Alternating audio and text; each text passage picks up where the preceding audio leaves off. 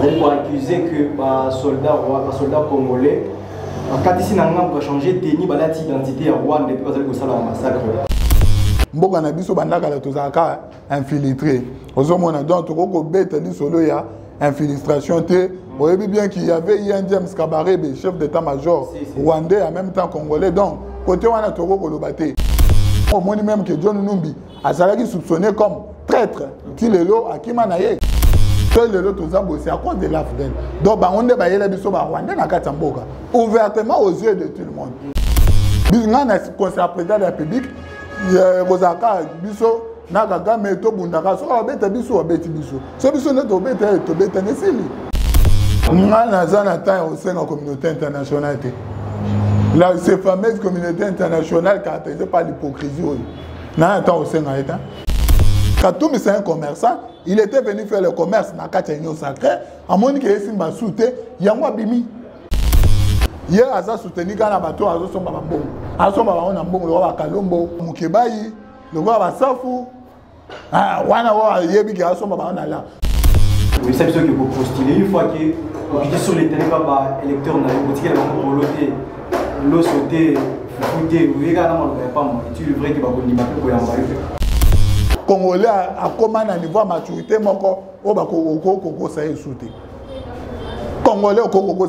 Donc cette fois-ci, on voit que Congolais à la mouki à la mouki à voter. Congolais arrivé dans ma maturité, moi boy, à tel point que à voter pour la polote.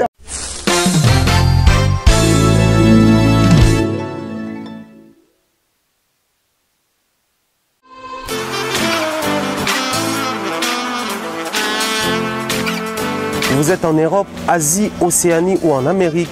Voilà, aujourd'hui, c'est très facile d'envoyer de l'argent en Afrique. Tap Send. Tap Send, les moyens les plus faciles pour faire vos transferts en Afrique. Et surtout, en République démocratique du Congo et la République du Congo. Vous avez déjà ROCP là. C'est-à-dire, de la maman, papa, mbongo, cousin ou neveu, c'est plus facile aujourd'hui. Tap Send. Télécharge l'application et envoie ton argent sans inquiétude. C'est très rapide et fiable. Ceux qui ont Tindi Mbongo, on a Kinshasa, on a Orange Money, on a M-Pesa, on a Airtel Money. Ceux qui ont numéro à Brazzaville, on a MTN, on a Airtel Money. Utilisez les codes promo Mumbaya et vous aurez droit à 5 € de bonus. Donc ceux qui ont Tindi Mbongo, frais de transfert, les ATO.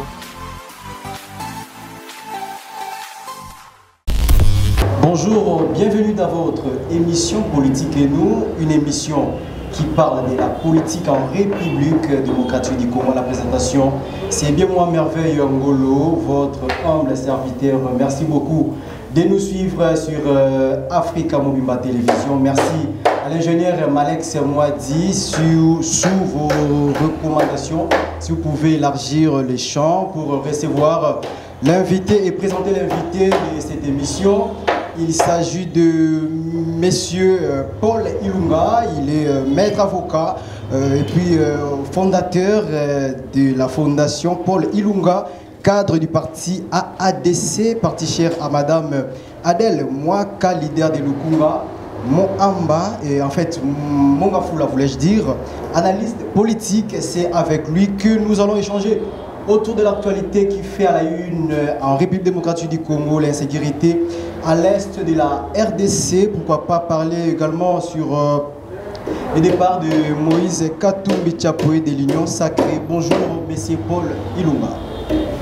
Bonjour, pour l'invitation. Et je profite pour saluer le peuple congolais et surtout les habitants de la commune de Mongafula qui m'ont toujours fait confiance. Et je salue aussi l'exécutif du parti AADC, Alliance pour les actions de développement du Congo, parti cher à madame Adèle Mwaka, ainsi que le secrétaire général, confrère maître estimé Eloï, ainsi que le CGA Bertin.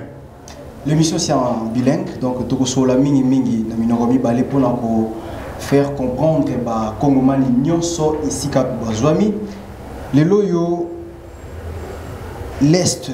Il y a la République démocratique du Congo, ils ont toujours menacé, il y a une date aiguille des temps.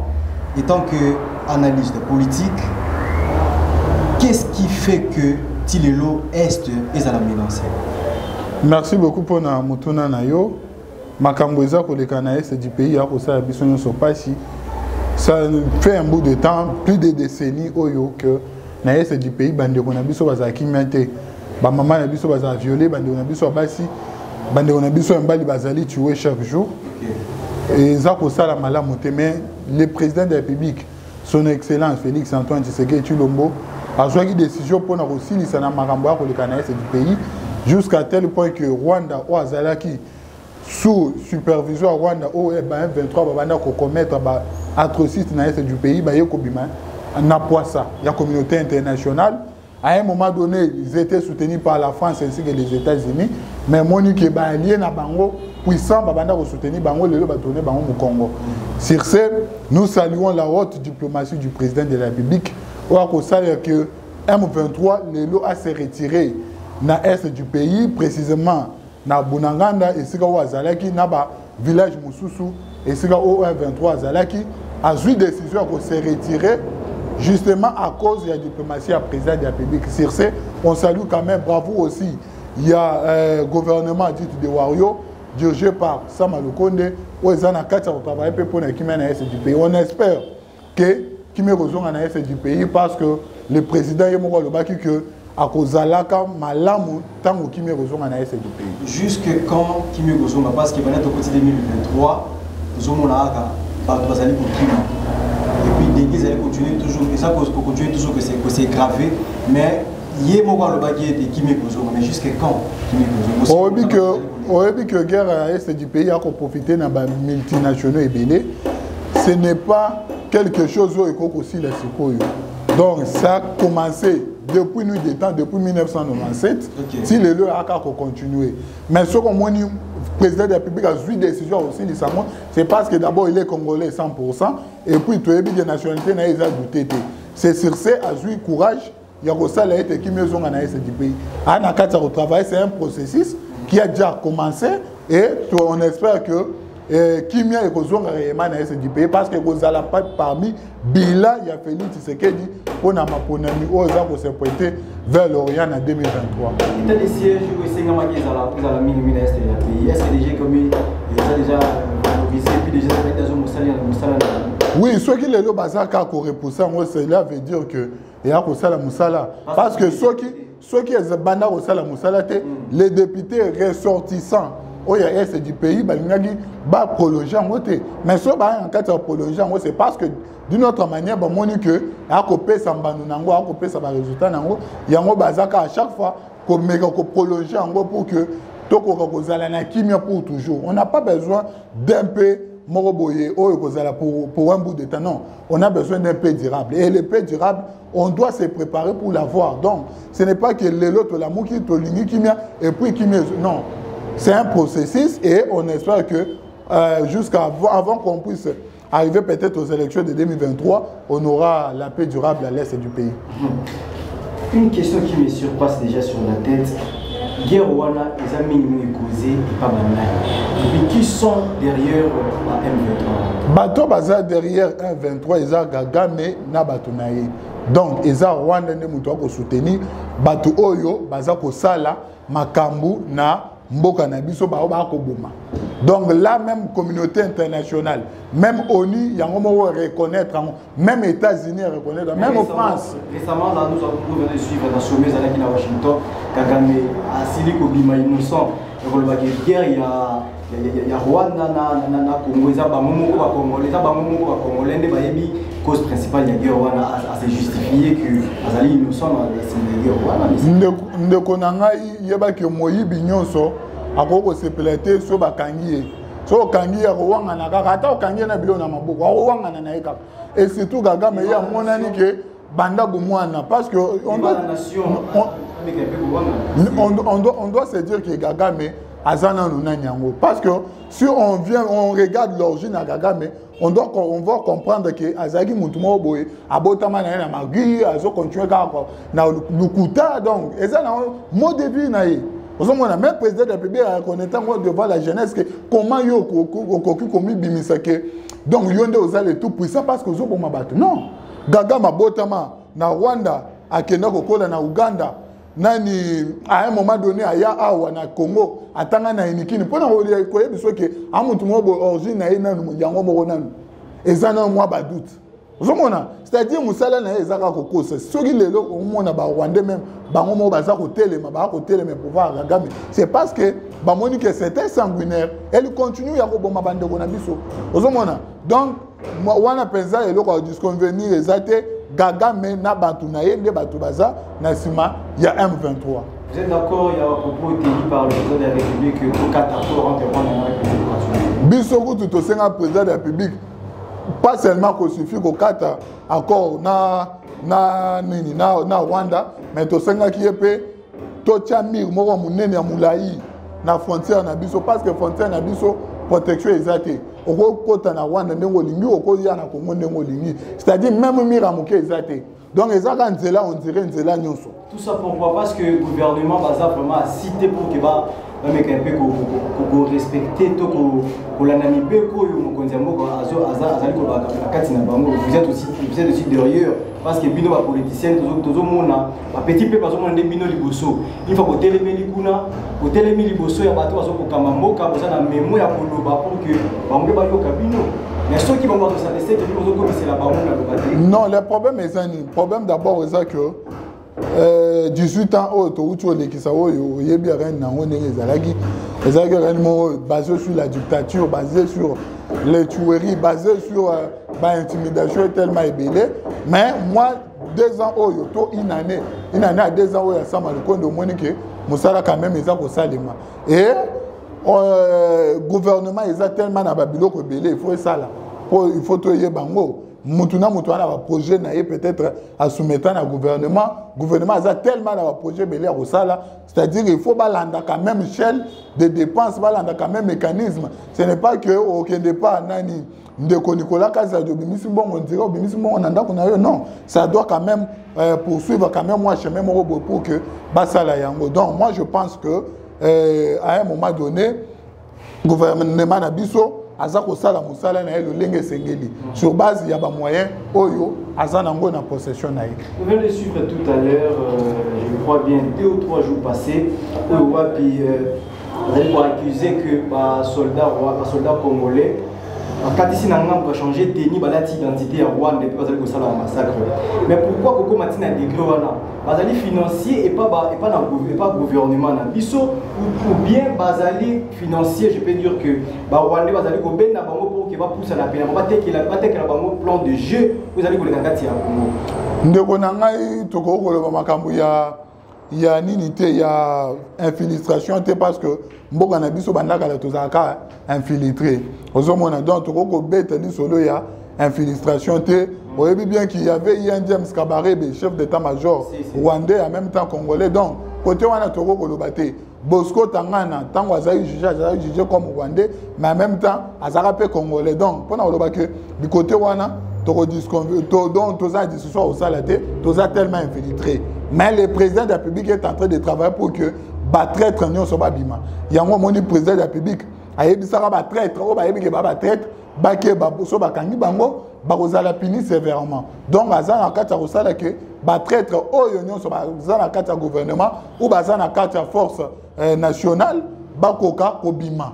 Pour que ceux qui bazo continuer à traiter na bandeko mususu ba kokanga bango moni même que John Numbi azala ki soupçonné comme traître tilelo akima naye. Donc pendant le baké cette fois-ci nous sommes en train de faire sortir ba traître nyonso o ba ko bomba mboka na biso. Ici là en Rolmé Zobanda. Ici là déjà le 24 décembre qui nous le 23 janvier va clôturer. Si vous bandeko na biso bazali na est ba Congo manu est ba procéder na enrôlement oyo vous avez déjà annoncé déjà à l'horizon. Oui. Non, en fait, il faut y avoir que tout ça, un État, et dans un État, peuple nyonso, il faut avoir un droit de vote. C'est garanti par notre constitution. Sur ce, on va travailler de notre mieux pour que le peuple est du PIP et Koka pour s'enrôler.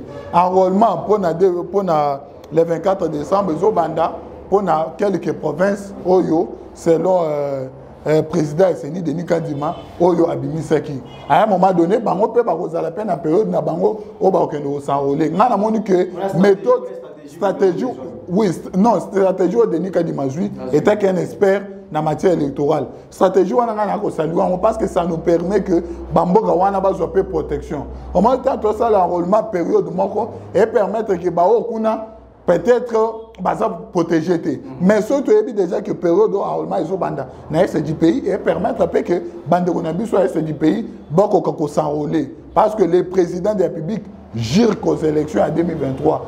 Félix Tshisekedi a un droit et on espère et j'espère surtout dans les béliers donc en 2023. Et je profite aussi pour nous dire que les Congolais ont vu le professeur Kinshasa Mingpe où il y a commune à Bisso Mungafula bako s'enrôler massivement.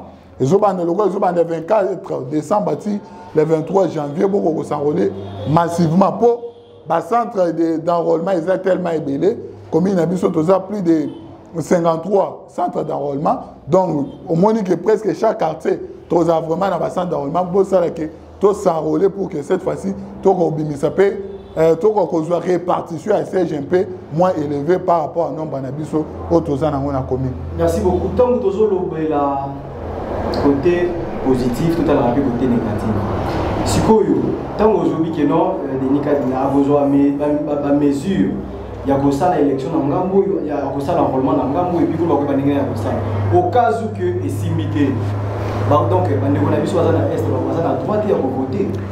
Wana le Kambuya aussi mbaté wana biso to wana ngona kakina biso te peut-être binonde batu wana ngo binona ba mususu o bana o ba ko banga juste pour que to yeba au cas où que salamité la mesure pour faire dépasser par mon ndekona ngai wana question wana eza ba o ba ko banga maponami ozomona ba musu ba ko le ba ke photo ke consensus biso tozo s'impointer vers maponami mais bino bobeta ma solo consensus te biso toza pour les élections ozomona to wana posa glissement te pour tout le monde a petit na osala pe glissement exacté ozomona cette fois-ci le président de la République a posé une majorité est réellement yaye moko na parlement.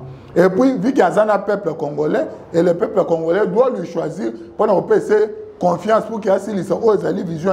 Donc, le calcul, il y a Bandero Moussou qui va voter, le Congo doit protéger l'intégrité de notre territoire national et personne ne peut venir pour tuer peut-être Bandero Nabiso et Koko Simbate. Donc, biso to kokende na maponami na batu nyonso. Biso to sala ndeka Kabila sana en 2018 était que o yumbi a voté tété. Biso batu nyonso ba voter pour que ba otoko ko pesa président de la République majorité na kati ya parlement. Y aura-t-il élection en 2023? Le président de la République a répondu qu'il y a un discours na état de la nation. Là pour peut-être pour batu à l'amour pour ba journaliste pour l'amour ka balanda ki ngote. Le président de la République a lobby, a confirmé, a insisté sur les élections en 2023. Donc, a lobby qu'il y aura bel et bien les élections. À tel jour, au 4, c'était sans élection. Donc, le 20 décembre 2023, les Congolais vont voter pour nous renouveler sous confiance dans le président de la République, Félix Antoine Tshisekedi Tshilombo, et pour voter les députés Nyonso, pour soutenir visuel. Il y a le président de la République. C'est l'une des questions que je pose à tous les politologues qui surpassent dans mon émission. Pourquoi Kaka, la République démocratique du Congo, si longtemps, 9 pays voisins, tout ça dans le Rwanda, toujours dans la République démocratique du Congo. Il y a un secret qui se cache là derrière. En fait, ce qu'on devait savoir, l'histoire de la Rwanda, en termes d'histoire, moi, Moulaï. Si tu as explicité, moi, peut-être que vous avez dit que Rwanda, à un moment donné, à la province Nabiso.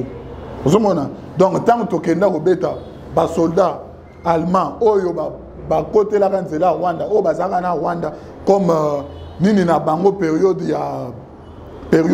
avant l'indépendance, tant que tu as bango, et il y a que ça, il y a pesa qui biso Rwanda comme province na kati ya Congo. À un moment donné, tant que Bando a évolué na Rwanda comme province na biso, tu es kotikaye. Tant que tu es kotikaye, ko salema que pouvoir ya ba Rwandais oyo ezaki ava Kagame et ye président wana abengana Kagame abengana James Kabarebe na ba mususu. Et ko salema que Mobutu na motema malamu aloja ba Kagame aloja pe batu oyo babenga bango ba tuti pito nde oyo à protéger bango. Pour pouvoir avoir des arabes à outou. Maintenant, si vous Gagame à partir de Mboka Nabiso, abanda ko agresser président wana. Ce que tant que ça que Gagame a renversé tendance, c'est-à-dire a renversé pouvoir wana et que ça que Gagame a eu ni pouvoir. Donc tant Gagame a eu pouvoir, ba président wazali outu wana, Mobutu na motema na malamu. À côté ça 50 000 Rwandais outu na kati Mboka Nabiso. Bavanda na est du pays. Donc, c'est à ce moment-là que Banyamulenge, Babimi, Bani, au départ, il y a des Banyamulenge qui sont rwandais, il y a des Banyamulenge qui sont congolais. Donc, maintenant, si vous voyez que Awa, Mobutu qui a arrêté à repérer sa bango, nationalité congolaise, il y a un débat à Congo. Donc, c'est un peu moi, moi, je suis Rwanda, je suis Rwanda. Maintenant, est-ce que le système sous les Aguenines? C'est que Rwanda, vu qu'il y a une richesse exacte, richesse ezaka na Congo. Yango ozomona ke misu na bango nyonso eza kaka na Congo. Ozomona donc bango nyonso ezaka na conseil la raison pour laquelle le mona baloba que Afrique eza forme d'un revolver mais mutu nango eza na Congo. Donc pour dire que bisonde toza na vision to bisonde tozo donc Afrique a dépendre na biso. Ozoyoka c'est la raison pour laquelle ozomona ba guerre ya ko salema pona ba minerai na biso pona makambo nyonso wana. Donc voilà en quelques mots un peu ce qui parfois cause un peu que Bandeko Nabiso va vraiment à l'est du pays. Si je résume bien propos donc Bandeko ya Est, Bandeko ya Rwanda, il y a pour s'installer vu que maman est gagné mais qu'est-ce qui manque une fois qu'il va retrouver lien na bango bazonga na mboka na nini zo ça? Ndeko na ngai ezaki sous passer na histoire pourquoi parce que tant Bandeko na bakota ki bakota na ba arme. Mais autant ba komi awa ba désarmement bango te période à Mobutu. Vous mona, c'est-à-dire ba vanda na ba arme na bango na ba continuer na ba arme na bango. Au mona que bazo ba formaka milice na kati ya Congo. Vous comprenez? Donc c'est un peu ça. Donc maintenant le problème est ça c'est que notre loi et surtout la loi de la République, j'espère à son article est à 220 ou bien 207 de ces genres, elle dit que pour nous protéger intérêt Afrique, Tokoki pour dire que moi parti moi été ni moi territoire national. J'espère qu'à la prochaine émission, je vais expliciter sur cet article au moins que nenge loi ne lobby moko ko bangisa biso loi na biso moko na kata constitution mais eza ko pesa biso ndingisa ya ko pesa moi été ni ya Congo pour na ko protéger Afrique pas pour na ko protéger Congo. Donc c'est un peu ça nos législateurs oyo ba rédiger loi wana c'est raison pour laquelle le mona papa était Tshisekedi grand-père fait paix à son âme aloba que loi wana ya zali pour yangote. Mais le ko la Kabila aloba ka qui a continué na biloko na ye. Donc, on espère qu'à la prochaine occasion, on essaiera peut-être de changer, de modifier au moins quelques articles pour nous permettre que la loi Nabiso ait correspondre à besoin Nabiso. Et ça, sous loi il y a 1988, où il y a un code civil. La loi est la loi belge, pays-bas belge. Donc, au côté de la loi, na actualité Nabiso, au moins, il y a correspondre à tes. Donc à un moment donné, on doit changer quand même, essayer quand même de changer nos lois. On a des grands professeurs comme des profs Joly et autres, Barthélemy et autres. Donc, on doit quand même changer. Moi, certains lois pour nous dire que tous à l'actualité, vu les faits, ils ont tous, vous condamnez l'ancien régime, il y a le président honoraire Joseph Kabila. Ezali Kolobanini, parce qu'il y a à Sali pendant 18 ans, donc vous avez appelé accès et pas bandeko na biso pour que wa kota ba fanda côté sitina ba bombe na kati ya République démocratique du Congo ba ina bato. C'est par là que vous accusez l'ancien régime ou bien les alliés maramboué banda kala Mobutu ayaka déjà histoire kaya. Likamangwe banda période à Mobutu te oyebi bien période à Mobutu ndenge Rwanda banda obanga biso. Likamangwe bandi na 1997. 1997, c'est-à-dire entrée de l'AFDEL. Donc, Maramunion sur les années l'AFDEL de Moutou, à Elabisson. Il y a un des moni, soi-disant mémorial, il y a entrée à l'AFDEL, il n'y a pas eu de TDP, ça en est parce que soit les autres c'est à cause de l'AFDEL. Donc, on est à Elabisson, ouvertement aux yeux de tout le monde, aux yeux de la communauté internationale. Tant que Laurent Désiré Kabila est au Kende, moi nanaye aye azu pouvoir au moins ndenge a continuer na biso donc ezande bangonde bato bayele biso ba Rwandais na kati mboko bangonde bato bayele biso ba Rwandais. Voilà, je récite pour vous maître avocat Paul Ilunga, il est cadre du parti AADC, parti cher à madame Adèle Mwaka, et nous sur l'insécurité à la République démocratique du Congo pour le web moi na Moka azali komanyo la malobanae au solo il pas ya ba oyo azali ko na biso sur politique et nous. Monsieur Paul Ilunga, ceux qui conseillent pour PESA, il pas ya Paul Kagame, j'espère que mission il en a partout. Oui, qu'on va y passer la République, bakata accord pour continuer aux alatos à la lien entre Bissonaba. Président de la République déjà 4 accords na bango. On se retali bien sommet au Utu Salema.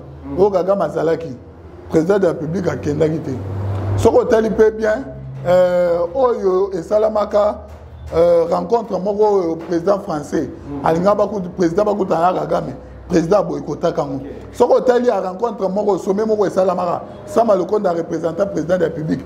Sama le compte aboya au Pesa Kagame, Mbote et puis aboya au Kanafoto na Kagame. Donc sur le plan diplomatique en relations internationales, ils ont déjà message au président de la République et son gouvernement basé à lancer contre Kagame. Donc de ce côté-là, le président de la République est en train de faire des sommiers, est un bon père de famille. Il y a que ça là que Kagame a comprendre que le président de la République a sali à Siliki Makasi contre Makamboza Nakata Rosalima. Mais ceux qui que Makambo a continué, Bisnan a conseillé président de la République, Rosaka Biso, Nakagame to Bundaka, so abete Biso abete Biso. Ce Biso ne to bete nesili. Donc, à un moment donné, lorsque la diplomatie ne réussira pas, on doit employer les moyens de la force. Au moins même que Bajen répondait qui appelle la présidente de la République. Il y a plusieurs jeunes, plus de 50 000 jeunes, Oyo, na niveau ya Lubumbashi, Oyo ba continue la force nationale. Donc, pendant que les jeunes, bazana kata ndima vraiment bela président de la République pour que tout matisapé ba militaire na biso, ba jeune ba ya pensa na mwani ni wana. Et puis on espère aussi le général Chiwewe est en train de faire son travail. Le quoi là ça qui est déjà ça qui est déjà remise et reprise. Anakata Osala Moussala pour que Kimia Ezonganaès du pays. Donc voilà, ce qui est simité sur le plan diplomatique, Wana Bison sur le Congolais, Toko Taka na Rwanda, pour ce Bison Toko na Rwanda. Rwanda Ngo Ezana Mouké. Ce Toko Tiguna Bison to remplacer Bango na Bandako. Tosala Oyo, Bana Israël Basana Ghana.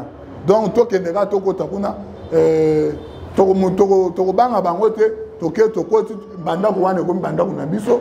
Et à mon père, Ndeko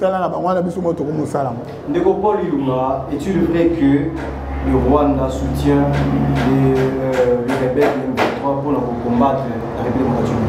Oui, le Rwanda soutient. Donc, ce que moi même pas français, oui, pourquoi tu bois Macron ailleurs?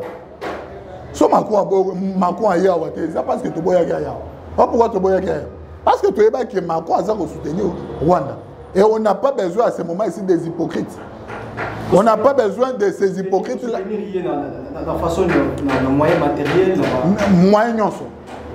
C'est la raison pour laquelle au moins tant de crier contre la fameuse communauté internationale. Au moins, il y a pas comme Obama. Et à un moment, Joe Biden a compris Obama. Il y a un monde dernièrement où il y a un président de la République qui a dans la Maison Blanche. Donc, pendant que le Rwanda, et c'est noir sur blanc que Rwanda, de Moutouassa pour soutenir M23. Bisoto le Bakango. Mais le gouvernement, il y a bisoté. Tant que le gouvernement a biso, c'est déjà trop tard. Mais nous, on avait déjà des preuves que Rwanda ne peut soutenir M23. Donc, côté on a pensé, il y a un banc exact. En fait, qu'est-ce que je voulais dire? Voilà. Relations internationales. Après, nous allons au Singapour qui va soutenir la République démocratique du Congo pour lutter contre Guerrero Ezali, Bissona, la communauté internationale. Là, ces fameuses communautés internationales caractérisées par l'hypocrisie. N'a pas au Sénégal. Batoubazoue, c'est biso to somba ba armaté. Mais ba nani ba M23 bazana ba armes sophistiquées. Ozo outé pas bango. Ozo outé pas bango. Mais biso biso un état. Bazo permettre biso to somba ba armes. Bazo biso que to longole embargo mais to que na régime de notification. Donc bazo biso ba congolais penza ba bololé. De éviter le régime de notification. Donc, quand on va changer en français, régime de notification. Donc, ces fameuses communautés internationales, Congo et Kozala, donc, Togo Bengana Rwanda, so biso mo tozaini. Et là, on a ko sengande na ko sengande pas ba aventure o ya ba politicien na biso mususu. O ba na kati ko continuer ka ko sa ba aventure. Ba aventure o. O ba soit disant ba opposant ba opposant. Donc, tous se réunir ensemble pour que tout la même en force na biso. Ozomona na politicien azo ki ma ko le kanaya tentia. Mais ke ko wele France 24 kuna. À quel moment la France 24 ans? On va y arriver, mais c'est pas long. C'est quoi l'M23? Bit na mozala kini na batterie. M23 bit na eza oboma ba mama biso. Kozwa ba minéré na biso, c'est clair. Exactement ba moni que état d'urgence eza totia état d'urgence n'est pas comme banga. Na ko banga na bangwana ba bimiso na poisa ba comme oboma ba ndeko na biso. Mais président de la République le bignette. Oh, ça m'a la période à Kabila, oh, ça m'a la période de oui, comme on a qui période à Kabila, bah, ça va mon ministère, oui, bien. Ah, bah, monsieur, bah, je ministère. Oui, vite. Ah, mais tout le monde soit un ministre. Il y a un ministre période à Kabila mobile. Ah, autant. Bah, la belle, bah, ça qui, bah, c'est ministère. Mais tout le monde soit un parlement. Moussala na ezara kolobaka. Alors, le père, c'est un candidat au Moussou. Ouais, qui m'a regardé dans la canne à Raboué. Oui, bien. Ah, oh, mais moi, on a le droit à mais qui tu peux citer les noms? Yowana. Il y a des gens qui comprennent. Ils ne vont pas comprendre. Oh, il y a Finga Kambosu. Oui, bien. Vous pouvez citer les noms. Donc, Azaki protégé justement par une période à Kabila. Délice, c'est ça, délice. Eh, Yowana. Vous savez, Azaki protégé période à Kabila. Azaki pour vous, Azaki une période à Kabila. Mais un ancien rebelle. Et les lois, comme on peut s'appeler, Moussou a Congolais, a peu ministre sur la décentralisation des milliers. Nabi Oyebi, ba Congolais ba yebi. Aza ministre de décentralisation. Na période na gouvernement ensemble le compte de paix. Na gouvernement peut Moussou Soana. Donc, aujourd'hui on a que patron na ba rebelle, mais ba récompense ba mo. Mais cette fois-ci président de la République le bignette.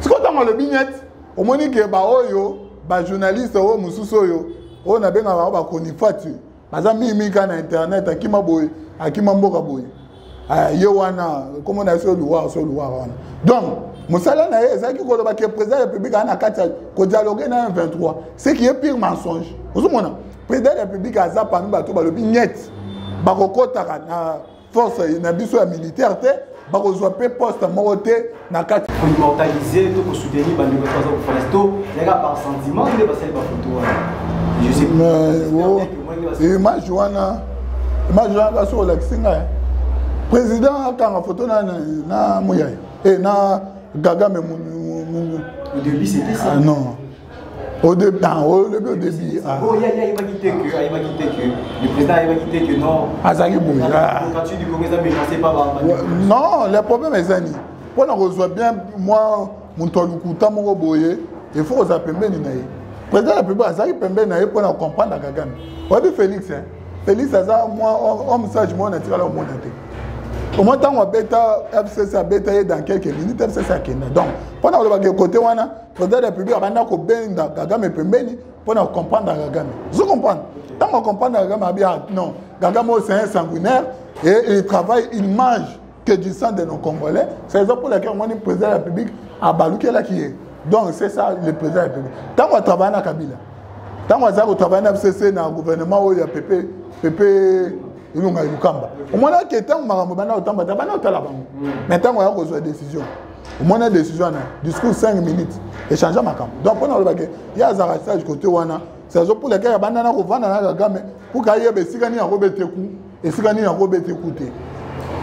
Aujourd'hui vous venez de dire tout de suite là que Tangina Makombo bazaka na kati ya gouvernement na biso ya est-il vrai qu'il y a tant de Rwandais pour aller au Salam, au Salam, pour aller à poste à l'Ikolo, la République démocratique du Congo? Tu es pas dans ce basate. Comment c'est quoi? On a sorti le bica que mon toit là, on dit que Zana nous.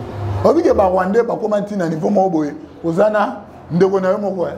Nous avons Rwandais au Yébat, oui. Et cousin on a nous avons Rwandais. Bon Yébata. Mais oui, papa abiso mususu o balinga ba nindo ba bio bongo. Parce que responsable sous kana ba point pour les ali komoni sama na biso ya ba tozo ko tatina ba fait fonter. C'est ça.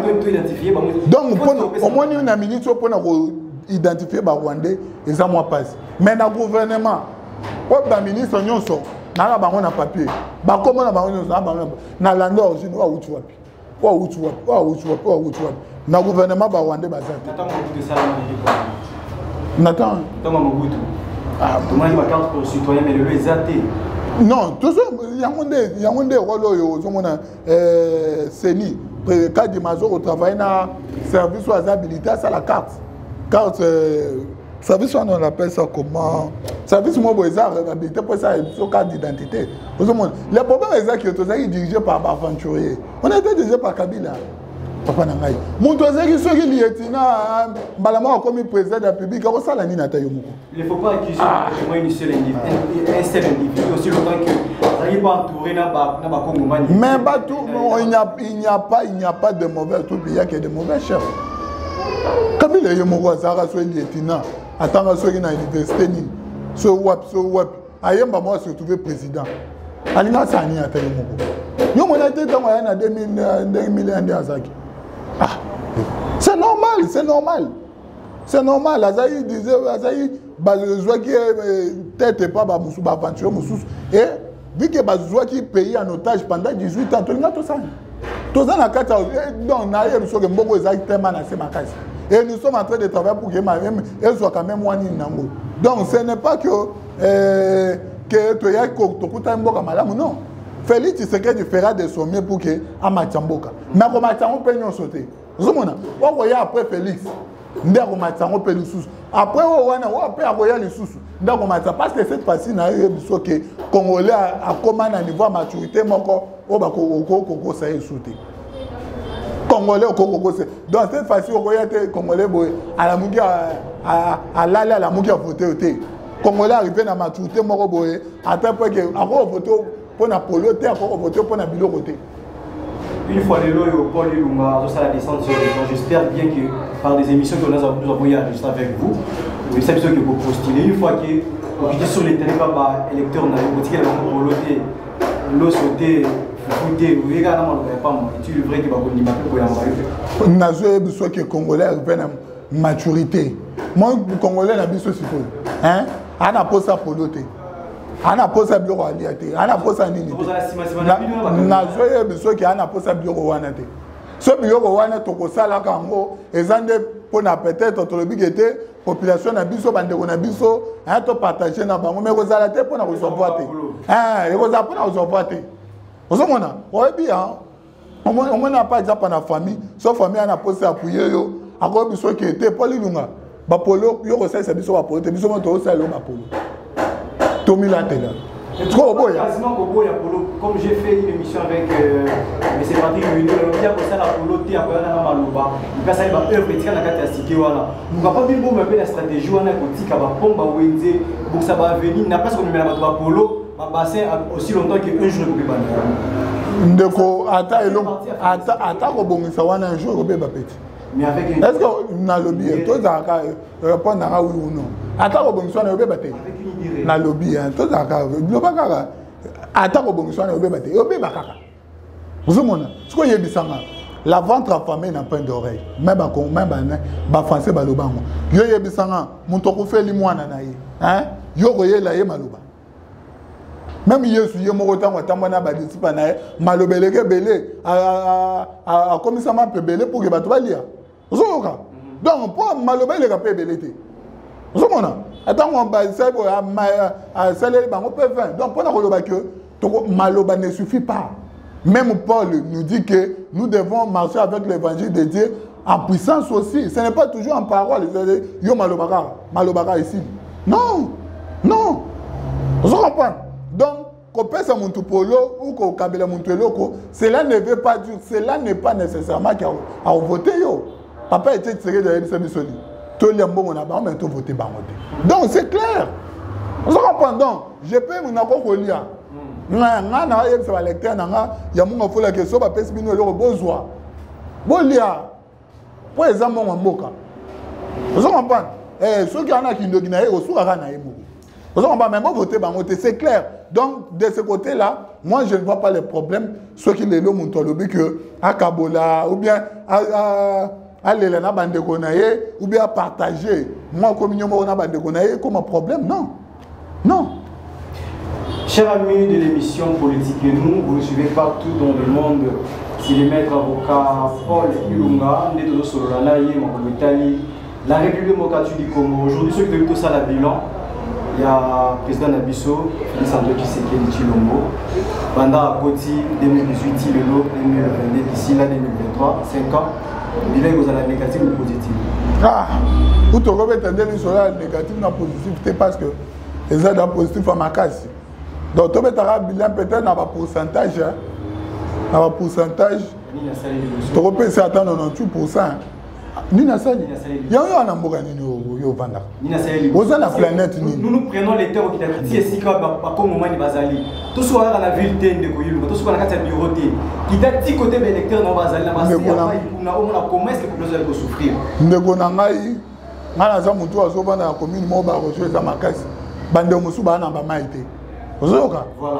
Donc, quand on a défini Bila, il y a Félix Tshisekedi 98%. Dans 98%, on a 2%, on est pour biso, na maïté. Donc 98 wana, les pour na marambo na kata usalema. Donc président de la République a salué marambo belé à travers son gouvernement surtout. Sama Lukonde que je salue na yemoko mutozo timba caisse ya gouvernement Nicolas Kazadi. Yekuna bimisa pa mapamate. Abimisa pa mapamate. Puis mususu akanga miyibi. Wabike toza penza na ba garde fou wakanga miyibi Gilles Alingete akosala musala na ye malamu na pesembo donc pona oyebiso que musala akosala asali ebele ya ba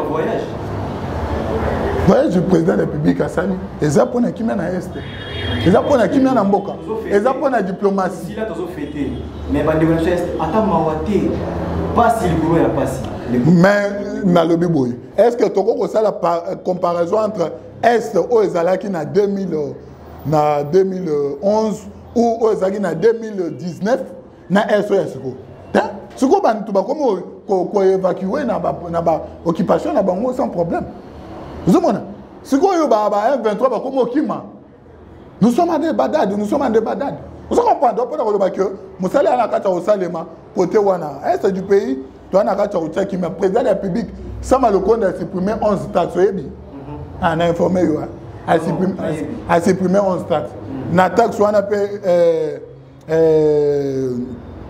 taxe au TVA et ça na kati taxe la valeur ajoutée donc on a le que azo sala musala vous mona et puis na musala o ya kokanga ba meyibi alingete asala musala oui a ko fait mais nini wana place wana za période la Kabila est-ce que tu es pas ta mon toi dirigeant nini wana IGF tu es pas ta chef à IGF non tu es pas été tu es pas bandé chef à IGF période à Félix donc nani Gilles Alingete a ko sala musala na ye donc de ce côté là gouvernement a ko sala musala le lenge sengeli et puis le gouvernement a dit qu'il a refinancé 100% par l'élection.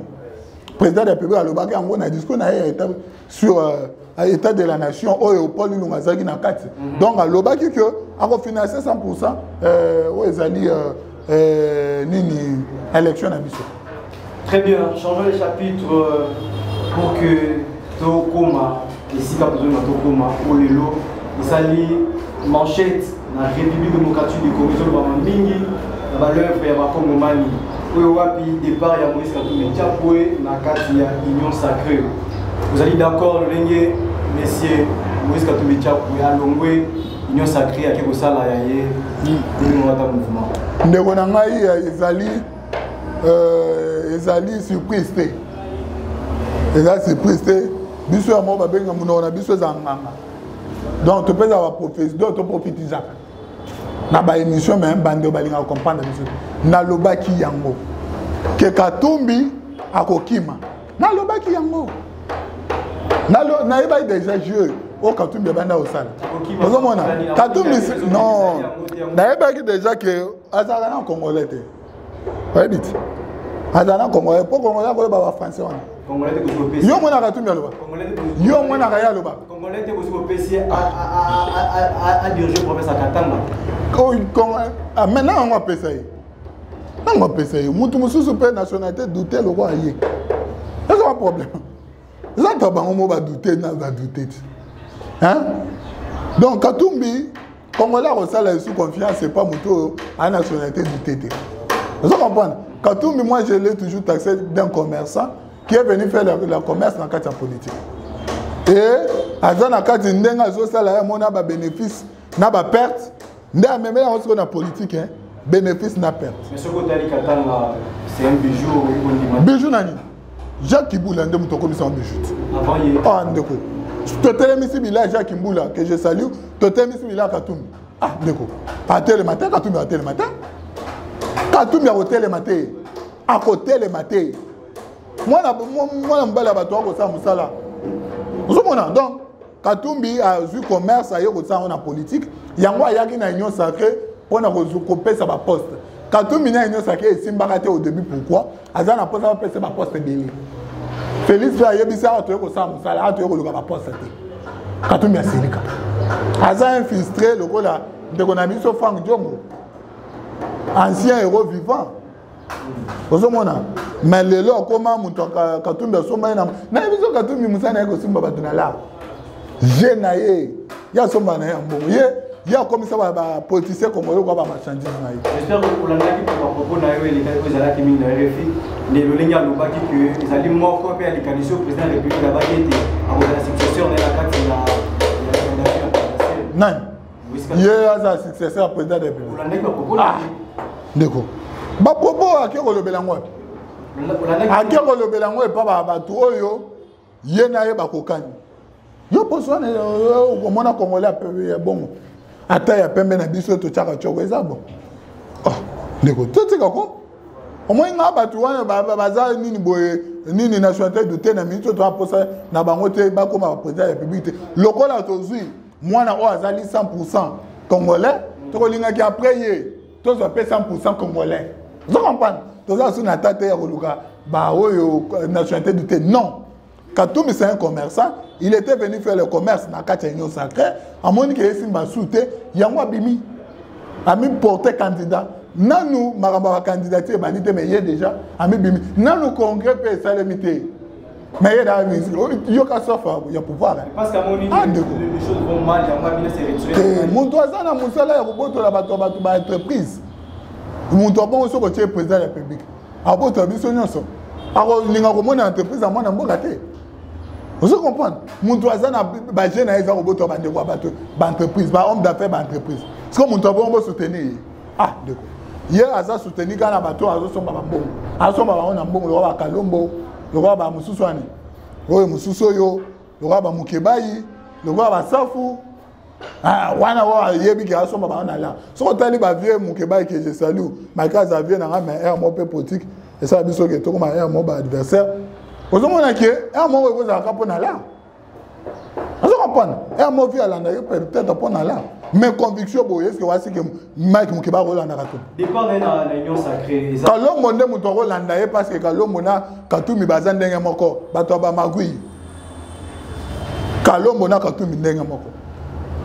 Ozoka si un scandale en Hollande po ndenge moko lisusu alanda bala mususu asimbare o asimbele la malette wana obieti o comme en français makasi mais musana ko simba ko simba mwana watu malette oui bien à un moment donné on doit être sérieux de nous-mêmes. Notre intelligence il faut tout chango pour namboka. Donc intelligence abiso to ko chango au service des individus. Ozoka il faut tout en pour n'importe so tali lelo fait qui tenga yesu a chaki ngona mimi ya mboka uzomona donc intelligence na ya chaki ngo pour n'importe ozoka mais ba mususu intelligence na ba bazo chango au travers des individus. Papa bato oyo mwana na yesu ka wuti musala boy papa tu viens du boulot oui boulot ngo ezande ko simba ka tumi malette. Voilà. Devant moi, c'est Katumbi na kati ça chaotique tout est réussite. Ah, moi c'est Katumbi na suna. Eza ba député na bango te moyendo nzanga kimaye, ye ba kimaye déjà. Pas ba comprendre que na visualité. Ndeko nanga Eliezer akimaye donc ba kimaye déjà. Donc, hier, nous avons hier, nous avons na elo côté le ba ba za ministre de le roi Mokebai yo mo yebi ya mo vie ya mo ko maka pour ya mo ya changer na ye za na ndenge na ye OK pas Kabundo Monivier OK pas Djongo Monivier OK pas tout mo ya za ndenge na donc il y a de ce côté là Asa vraiment na batouté Katumbi n'a pas la population et selon là Katumbi a posé un challenge à président de la République. Koutouye koutouté. Mon temps a coquille quand même comme ça. Et ali docteur Denis Mukwege. Mais il a conseillé que a traité comme maman Bisso. Pour mon tournant mon tournant rôle là. Il y a un docteur rôle là. Il y a un retraité bandé mon Bisso. Tu peux se prix Nobel de la paix pour na Rwanda. Tu peux se prix Nobel de la paix pour la politique. Parce qu'on pendant moi il faut pas comprendre ma campagne. Donc bateau va conseiller pour que au postuler et ça va on y a focus. Voilà, nous sommes arrivés pratiquement à la fin de cette émission politique et nous, Monsieur Paul Ilunga, en résumé, qu'est-ce que les Congolais peuvent retenir partout où ils sont? Ce que moi je pourrais demander aux Congolais, ils ont coupé sa confiance dans le président de la République. J'ai toujours dit nous avons la chance d'avoir Félix Tshisekedi comme président. Tu peux faire confiance. Ma pour 2023, tu voter le sous-sous.